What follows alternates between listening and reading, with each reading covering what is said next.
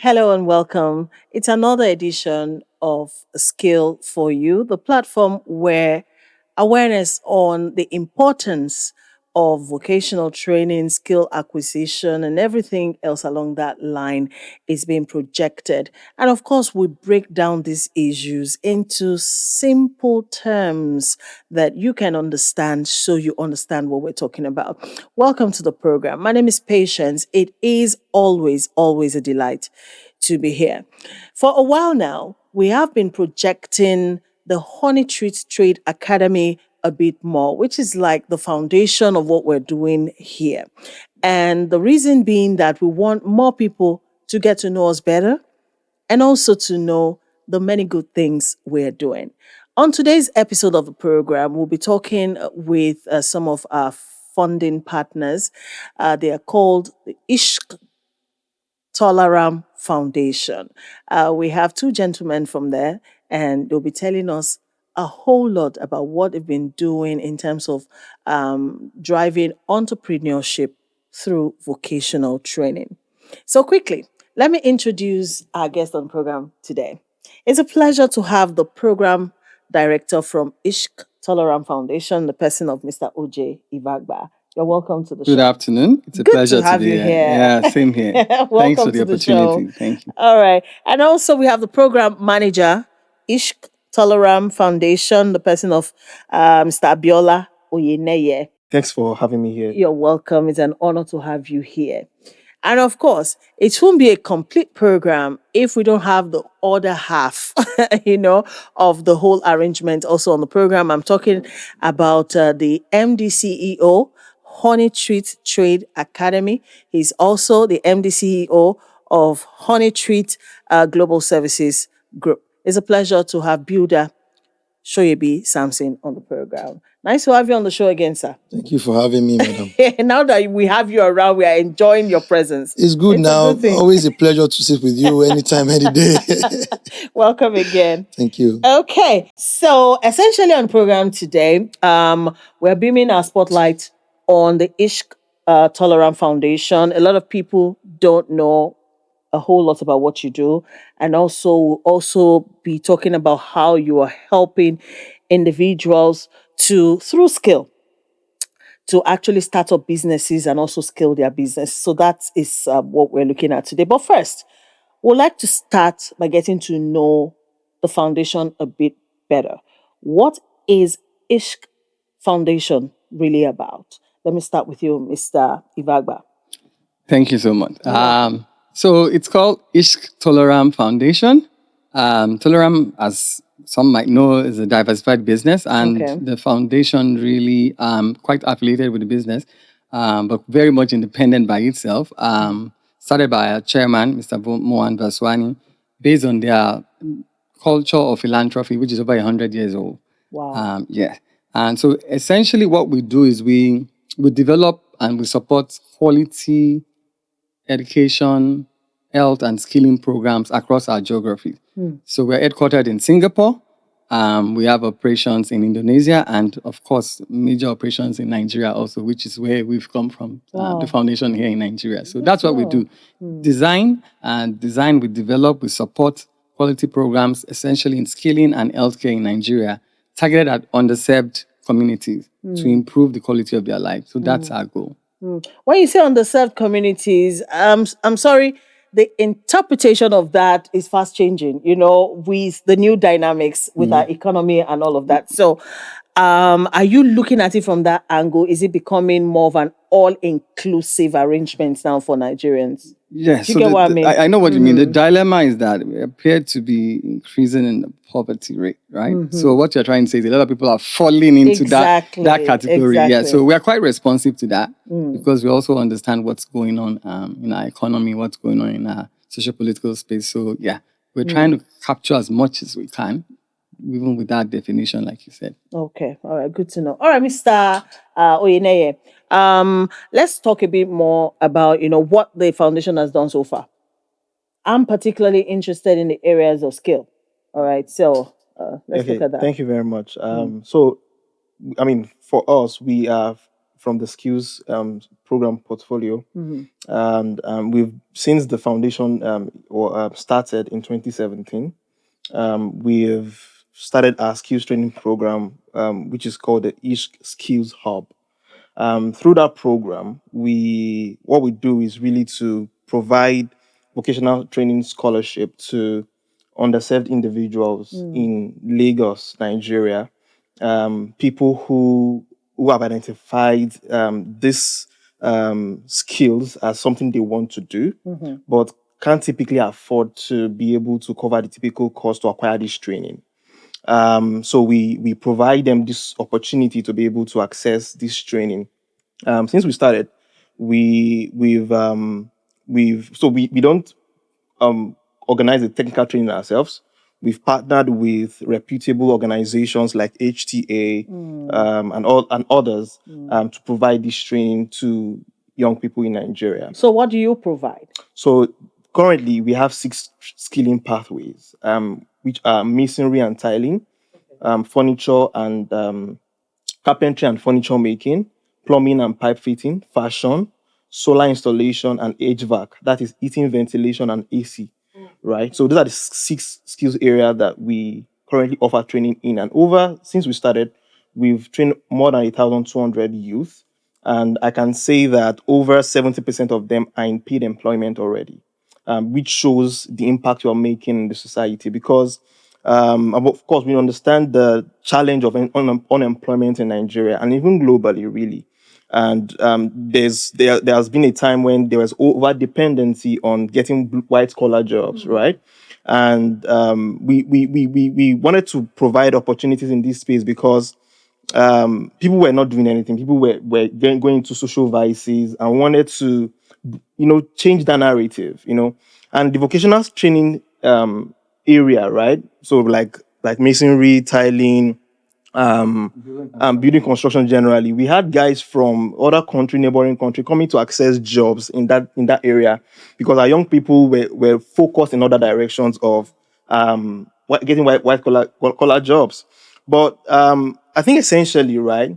I think one thing we need to continue to reiterate to our youth is the idea of problem solving, because so they look at these vocational training pathways as meant for people who probably their head cannot carry book. Let me use that word. School dropouts. School dropouts. Like an alternative pathway. Yes. Exactly, poor grades in school. But there are lots of need in that area that people. So you build a house, right? And you have plumbing issues in your house. You need someone to come and fix that. Someone to come and solve that problem, right? So it's about problem solving, and that's one of the things we are changing orientation and narrative about. That people need to see that it's about providing value. What is value? Value is about your degree of usefulness. That's value. And that's how you can actually improve your worth, improve your enterprise, and be able to earn sustainable income. So that's what we're doing at the hub. So beyond this, the technical vocational training which our partners provide, we recognize a critical part of soft skills.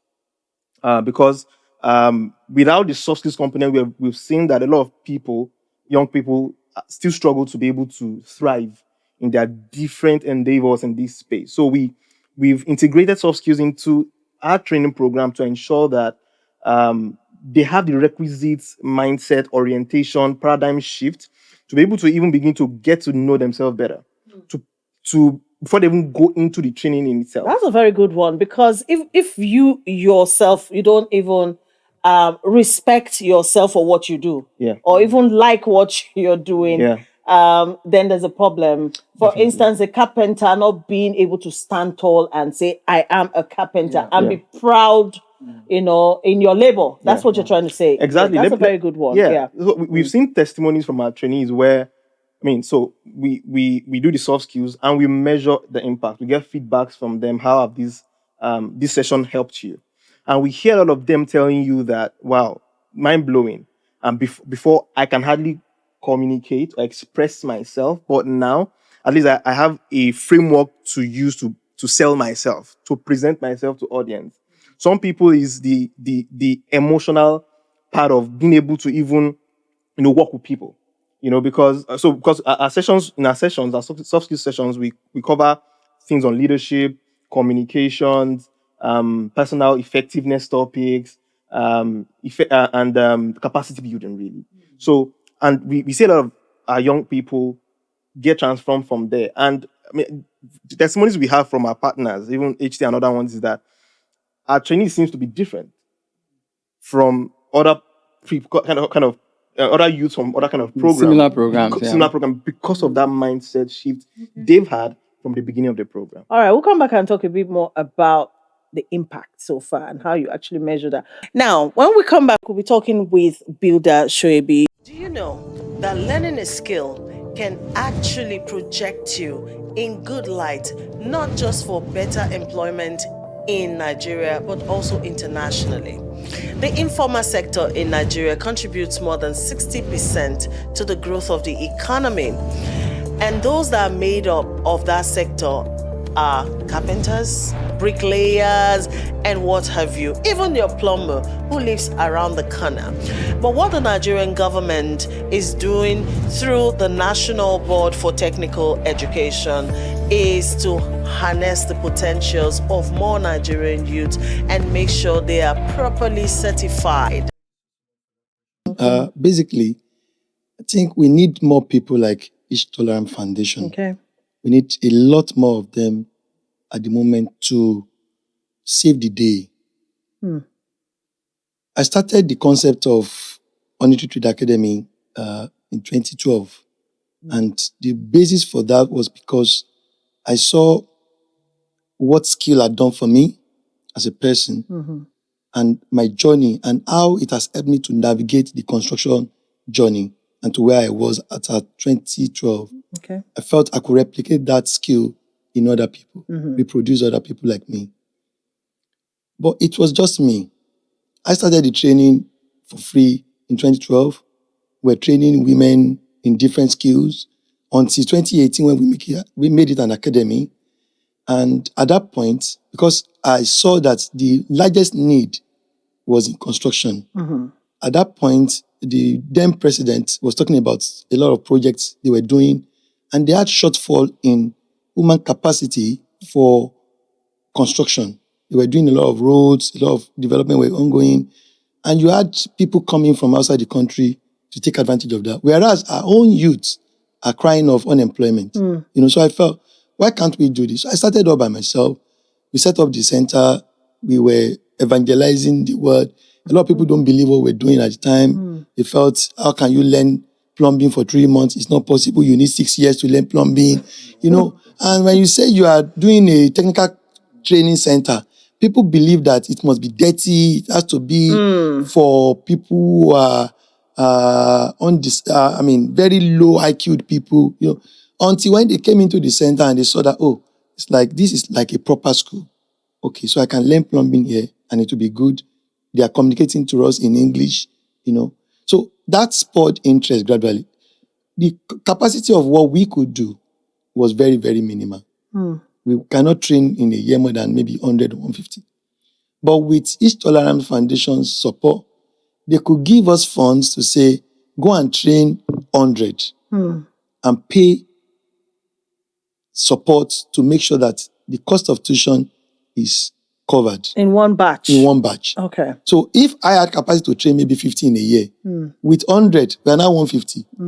We also have some other partners who came in at some point and said, okay, let us support what you're doing.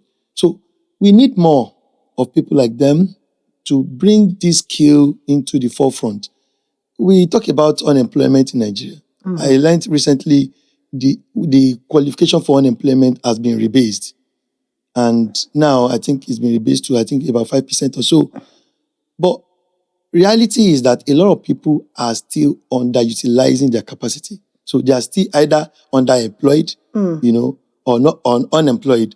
So skill is at the forefront of ensuring that people's productivity is massively maximized. And that's why we need them. When we partnered together, we found that coupled with the soft skill they are doing and the technical skill support we were providing, it enhanced these youths, to do more. Wow. So skill is just the foundation to increasing productivity in any society. In England, that I'm familiar with, the government, the UK government, is actually paying for anybody who wants to acquire skill. They are paying them. They're also paying the training centers. Wow. We are hoping that our government is going to catch up. I think our federal government had already started an NVQ, NSQ program now. They are launching, they are mobilizing massively for it now. If we massively propel our youth towards productivity, we will need skill. Talk about technology, talk about agriculture, talk about construction, whatever it is you want to talk about, you need skill at the base of it. Exactly.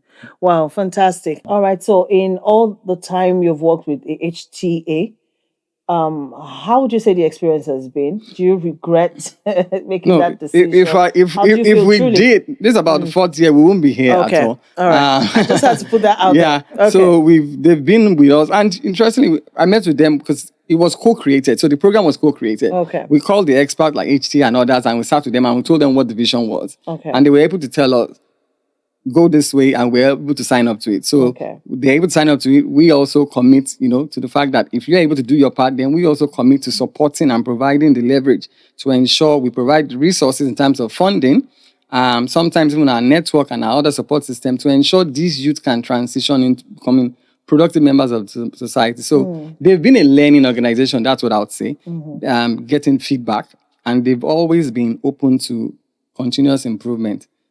Which shows they are reflective. And that's why we're working with them. Okay. All right. I really want us to talk about, the impact ISHK has made so far, because that's very key, especially in a society such as ours where unemployment is quite rife amongst the youth. And you know that the Nigerian economy, the backbone is the youth, and we cannot leave them idle. So, how well would you say this partnership has done? All right, so the youths are the backbone of the Nigerian economy, and we can't just leave them idle. So, I want to know, the measures you've put in place to actually measure the impact, all of your programs are having on the youths, and also some of your projections into the future on increasing that impact. Thank you very much You're for that welcome. question. So in terms of the measures we put in place for measuring our impact, because right from the onset, it wasn't an afterthought for us to just do a program and then we're trying to figure out what's happening afterwards. Right from the very onset, we had a theory of change, and then we have a monitoring and evaluation framework and tools that helped us to be able to capture impact at every stage of our program. Okay. Our program is a 6 months plus duration program.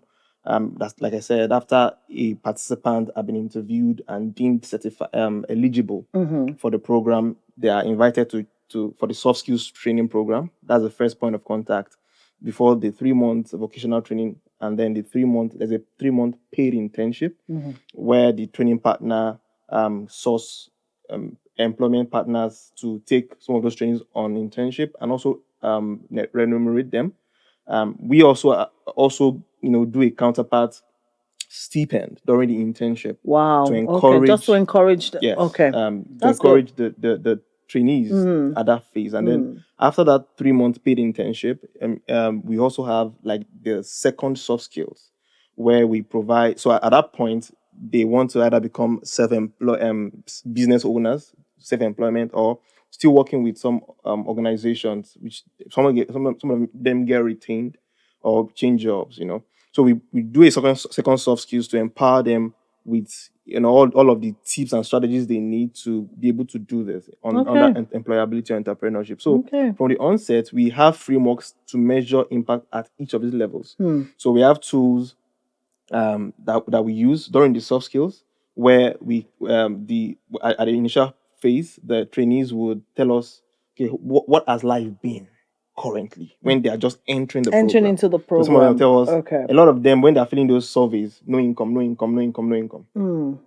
We also, for the soft skills part, we tell them how well are you familiar with concepts like communication, leadership, emotional intelligence, and all of those things we teach them. I mean, you see, not familiar. Some of them will say, okay, maybe moderately familiar and all of that. Some of them will say, maybe directing themselves, maybe slightly familiar.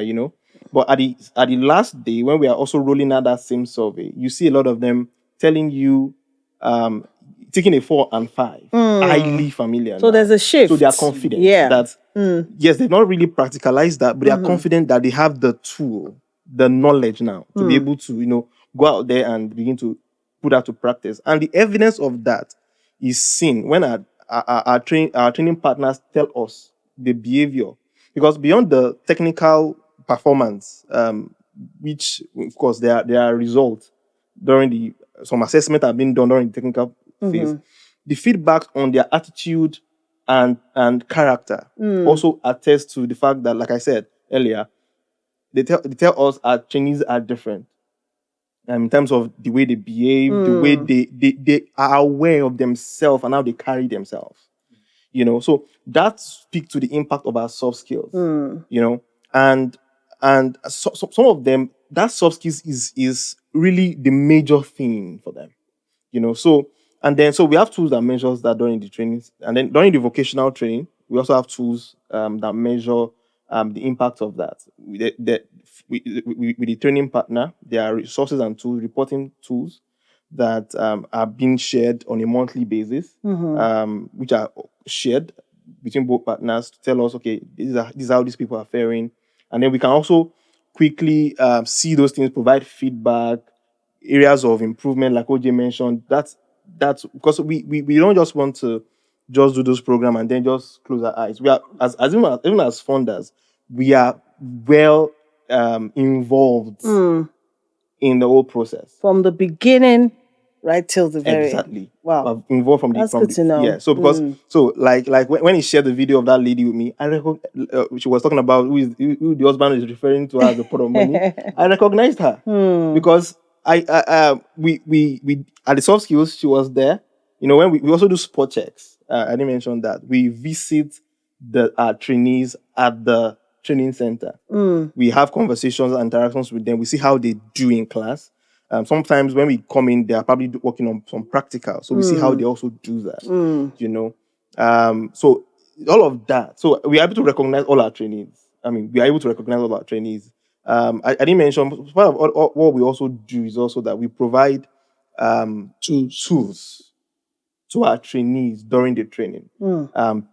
Personal protective equipment, which they need, PPEs, and also the basic training tools, about 10 or 11 of them that they need to begin to even get work done. So is that given to them? That's given to them. To take home? Yes. Wow. Yes. That's nice. So you asked OJ a question the other time, as assessment of the impact of the partnership. I'll give HT a thumbs up. Because like I said, during some of my spot checks, I get feedbacks that some of our trainees, so it's a 12 weeks, 3-month training program. I get feedbacks a lot from some of our trainees from HTA that even at week 7, some of them are already delivering jobs. Even before the end of the program. I get a lot of that. Some of our site visits review some of these things. And that's one of the impacts of the training program. And that feeds back to the fact that we are monitoring everything. And all of those, I can share all of this because we have this data to be able to substantiate what we're saying. We're not just saying we've trained 1,200 and then 80% are more than are employed. We have real-time testimonials, evidence to show this. All right, good to know. All right, so we've been talking with people from the ISHK TOLARAM Foundation, and of course, they have just good things to say about what they've been doing so far, not just to empower or equip young people with the needed skills, but also taking it further into ensuring that they also believe in what they are doing. Well, that's about it on the show today. Thank you for being a part of it. Don't forget you can subscribe to our YouTube channel, Honey Treat TV, and of course you get to watch all of our fantastic programming. Thank you again. We'll see you on another one. Bye for now.